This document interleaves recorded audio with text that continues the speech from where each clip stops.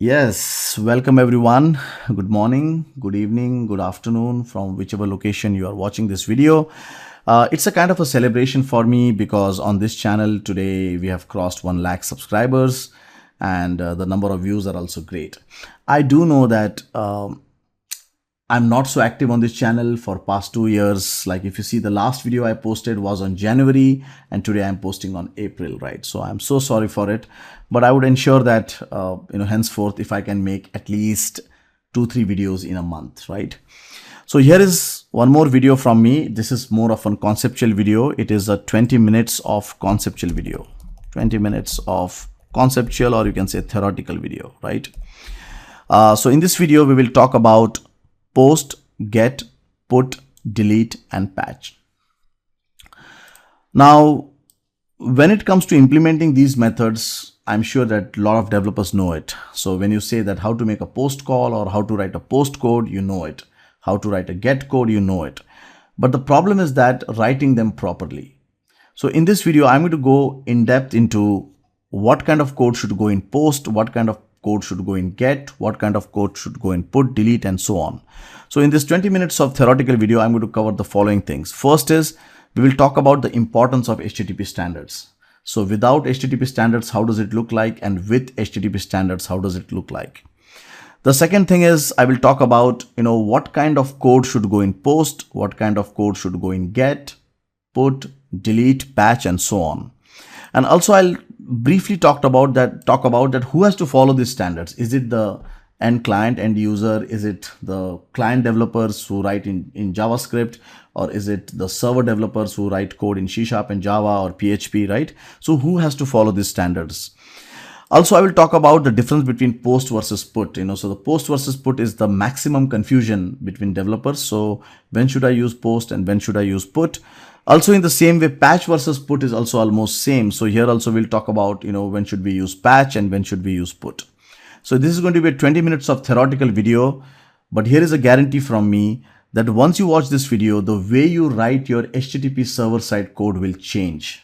The way you look at your HTTP server-side code will change. So let us get started. Now, before we deep dive into the HTTP methods, first let us try to understand that why do we need these HTTP methods? Why are they into existence? Now, when you talk about the World Wide Web, there are two important entities in this, or I will say the architecture of the World Wide Web can be divided into two big sections. The first one are the servers, where we run our services, where we run our websites and so on. And the other part is the client which interacts with this service to get data, to update data, to read information, to delete something and so on. So in other words, you have clients like browsers, mobile applications or normal applications who talk with the servers, and they do crude operations like creating data, reading data, updating data, deleting data, and so on. Now think about it. There are lots of websites at this moment. And if each one of these websites starts dictating their own vocabulary, that can lead to a lot of confusion. So now, for instance, let us say that you have a travel website which says that please use insert, update, read, and remove to do crude operations.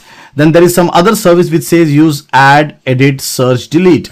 Then there is some other bank service, which says that use create, edit, search. Somebody says use modify. Somebody says use lookup. Now you can see here, if every websites dictate their own vocabulary, think about the poor client developers. They have to create services for each one of them in a different way.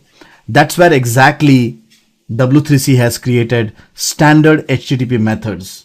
So by using the standard HTTP methods, we don't have to go through such kind of confusion. So in these standard methods, they have created something called as post. So when you actually call the post vocabulary or the post method, it means that the server will create a new resource. If we say get, that means search. If we say put, that means update. If we say delete, that means remove. If we say patch, that means customize update. So you can see here that the HTTP team has developed standard methods saying that use these methods and please don't use your own customized vocabulary. So in other words, we end up with something like this. So once we have standards, we have simplicity. So now my client application don't have to worry about anything. So if they want to do insert operation, they will call post. If they want to do a search operation, they will call get. So you can see now all the websites, if they start following HTTP protocol, then we don't have the vocabulary confusion. Now the next question which can come to your mind is, so who has to follow standards more? Is it the client developers or is it the server developers? So let me make it very clear here that the communication protocol or the communication mechanism is decided by the server people. The client developer just follow it. So if you are a client developer who is using jQuery or who is using Angular or who is creating some kind of an application, you do not have too many choices. So if somebody says, okay, use post, you will just say $.post. That's it, right? You don't have too many choices. The clients have to follow what the server people do, right? So it is the responsibility of the server developer to go and create methods like post, get, put, delete to adhere to HTTP protocol. So if the server developers are violating HTTP protocol, if they are not following the standards, the client developers cannot help too much. So this statement is very important. Let me repeat it again. The server developers are more responsible to follow HTTP protocol than the client developers. So for example, you can see that I use ASP.NET as my server-side technology. And in ASP.NET, we have a concept called as Web API. And what the Web API says is that if you just go and put a method called as post in the class, or if you go and put some method called as put or delete, right, automatically, the client side can make a call by using post, get, put, delete. So as a server-side developer, I am responsible to ensure that I don't go and make this post as insert. If I do that, then I'm again violating the standards, right? In the same way, the PHP people would have something like that. In the same way, the Java server-side developers would have something like that. In the same way, Node people who code on the server side should have something like that. So in whichever server-side technology you are in, it is the responsibility of the server-side developer to adhere to HTTP standards. So that is the first point. The second important point is that only respecting the vocabulary is not important. It is also important to respect the real behavior of that method. Means what? For example, now when you make a get call, as per the protocol, you should not be updating anything inside your application. You should not be inserting anything. You are just supposed to return out search values, or you are just supposed to return out records, what the end user wants to see. But if you go as a server-side developer and if you go and write some kind of an insert code here, which inserts data into database, right? Now what will happen over here is, even though the client is making a get call, you are doing something which is against the HTTP protocol. You are actually making an insert, or you are actually making an update. So one is that, yes, you have to follow the naming conventions. You have to follow the vocabulary. That is important.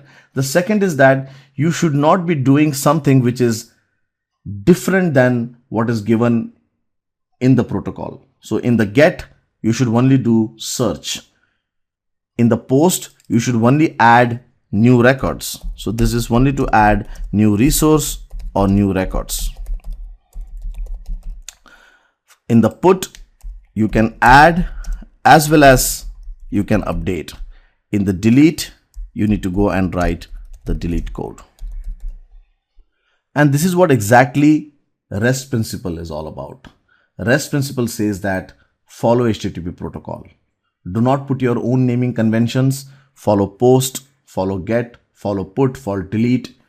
Also, like HTTP sends a lot of metadata information via the headers, right? So there is a request header, there is a response header. Again, when you say follow REST, it also says that please do not create your own metadata information, follow the HTTP headers.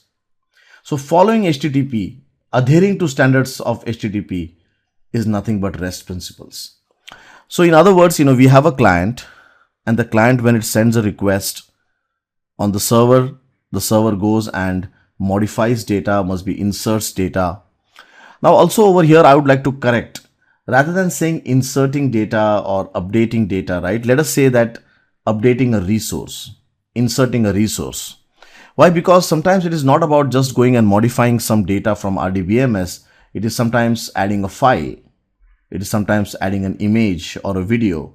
So rather than saying inserting data, inserting records, let's use this vocabulary which is more better, resource. So in other words, the client sends a request, and depending on it is a post or it is a put or it is a get or a delete, the resource is updated, inserted, or deleted or sent back to the client. So this is what the general communication mechanism is. So that is good. So now that we have understood the importance of these standards, and also we understood that in each one of these methods what kind of operations we should be doing. So in the post we will go and we'll create a new resource. In the get we will actually go and search or read records, or I'll say read resources, display resources to the client. In the put we will do a insert as well as the update, and in the delete we will do a delete, and in the patch we will do customize update. I'll come to this. But now let us come to the big question. So in the post I can go and create a new resource. This is understood. But in the put also I can go and create a new resource as well as update it. So the update it is very clear that in the put we have to put update code, right? But what about the new? So in the post also there is a new, and in the put also there is a new. So what is the difference between post and put? Because both of them have, in the protocol it is said that in the post also you can add a new record, and in the put also you can add a new record. What is the difference between them? Now, in order to understand the difference between post and put, and specifically for the new records, because remember, in post you can never update any data or update any resource. So that is very clear that the update has to be put only in the put method. So the update code you will only execute in the put. That is very clear. The confusion is now only about the new records, because in the put also we have new, in the post also we have new, right? So in order to understand the difference between both of them, we need to understand this vocabulary called as idempotent. Now, to be honest, English is my second language. So in case if I am spelling it wrong, please do let me know, because I have seen some people spell it as idempotent, right? So in case I'm spelling it wrong, please do tell me that it should be spelled like this, right? So when do we say something is idempotent? We say something is idempotent, when we execute that thing multiple times and still the state does not change. For example, you can see that I have a code here. Let's say you have a code in your program called as x is equal to 4. So you run once, the x value is 4. If you run second times, the x value is 4. And if you run 100 times, the x value always remains 4. So this is termed as idempotent behavior. But now look at the top code. Over here, this is x++. So if I execute the first time, the value is 1. If I execute the second time, the value is 2. And if I execute 10 times, the value of x will become 10. So in every subsequent execution, the value of x keeps changing. So this is termed as non-idempotent behavior. Now, how is this keyword idempotent related to REST, or related to the thing what we are talking about now?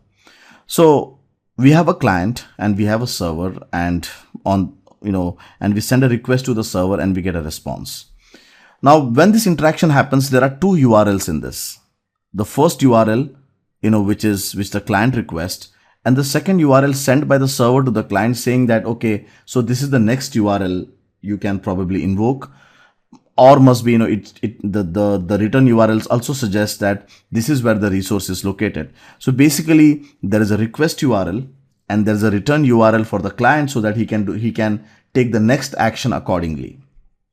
Now, if the request URL on which the action is sent and the response URL, if both of them are same, then it is idempotent.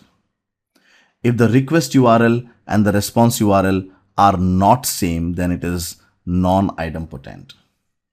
Again, I repeat, if client sends a request like http:/www.xyz.com/customer, and if he gets a reply back /new cust, then it is non-idempotent because the request and the response URLs are different. But if the request and the response URLs are same, then it is idempotent. So now let me make a statement here. So if you want to add a new record, and if the call is non-idempotent, then you should write the code in the post method. If you want to add a new record, and if the call is idempotent, means the request and the response URLs are same, then you will write the code in the put method. Again, I repeat, post for non-idempotent, put for idempotent. So you can see here, I have created a small diagram out here. So if it is a non-idempotent call, it is always post. So you can see here in the post, right, we say customer, and must be in the return. He will say that, okay, I've created this customer with the ID 1001. So the return URL is customer/1001, right? Or must be, you can say there is customer and the return URL is new cust 1001. So you can see here in both the places, the request and the response URLs are different. That is one thing. The second thing is that in the post, the client does not know the resource identification number. For example, here, he does not know the customer ID number because the customer is not existing on the server. So in the post, it is always new record. So you can see here, you request customer, and inside that customer 1001 customer is created. So normally the requested URL is a collection. So there is customer, and inside that there is 1001, 1002, there is supplier, and inside that there is 1001, 1002. So normally in post, the request is sent on a URL which is more collection type, and the client does not know the ID, and the ID is generated by the server. Must be, again, this is very important. In post, the identification number is generated by the server. So the server says, okay, I will go and add this customer record, and here is the ID 1001. While in case of put, right, the client knows the ID of the resource. For example, here I am saying I want to make a call on customer/1001. So now what will happen here is this request will be taken by the server. Situation number 1. If let us say that this customer does not exist, he will create a new one and send back on the same reply URL. You can see this is an idempotent call. If the customer exists, he will update it, and he will again send back on the same URL, customer 1001. So in case of an idempotent call, the client, when I say the client, means the jQuery code or the Angular code or whichever is the application, he knows the ID. So if this ID exists on the server, he will update it. If this ID does not exist on the server, it will create a new one. So you can see here, if you want to update, then the only option is put, first thing. So there is no update in post as such, right? Now, if you want to create, and if it is client controlled, right? Client controlled means like, he knows the ID or he is generating the ID, then you will use a put, and the call will be normally idempotent.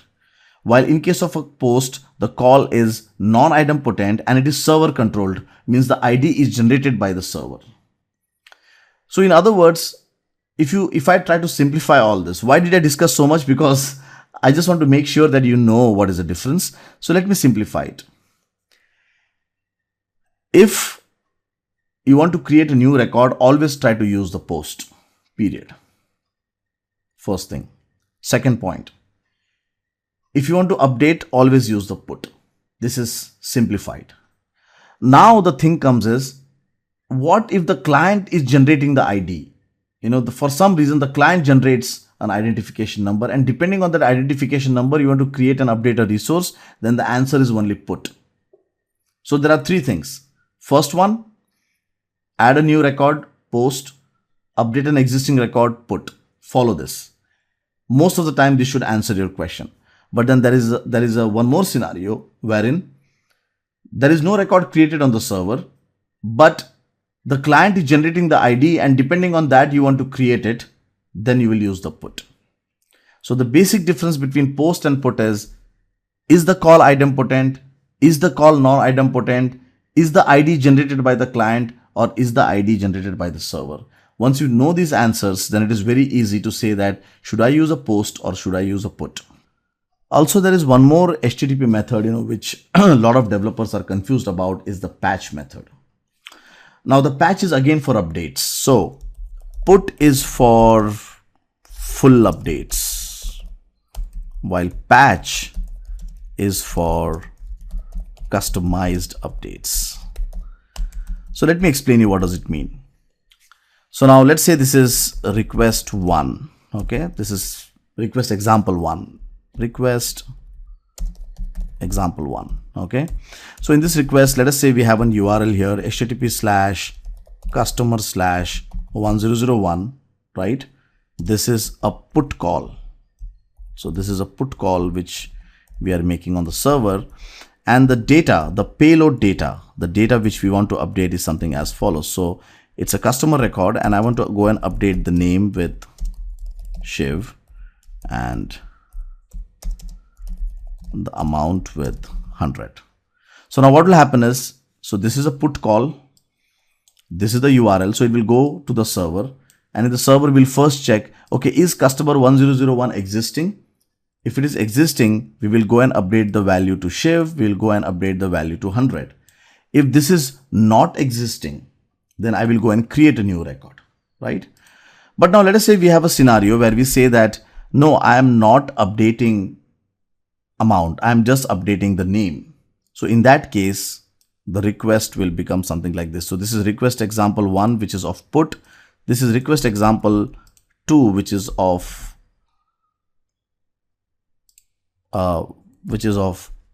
patch. So this is now patch. So in patch now 1001 will be sent, but if I want to just update name, I will just send name. So now you can see here, I'm saying that this is patch, and I don't want to update the amount field, I just want to update the name field.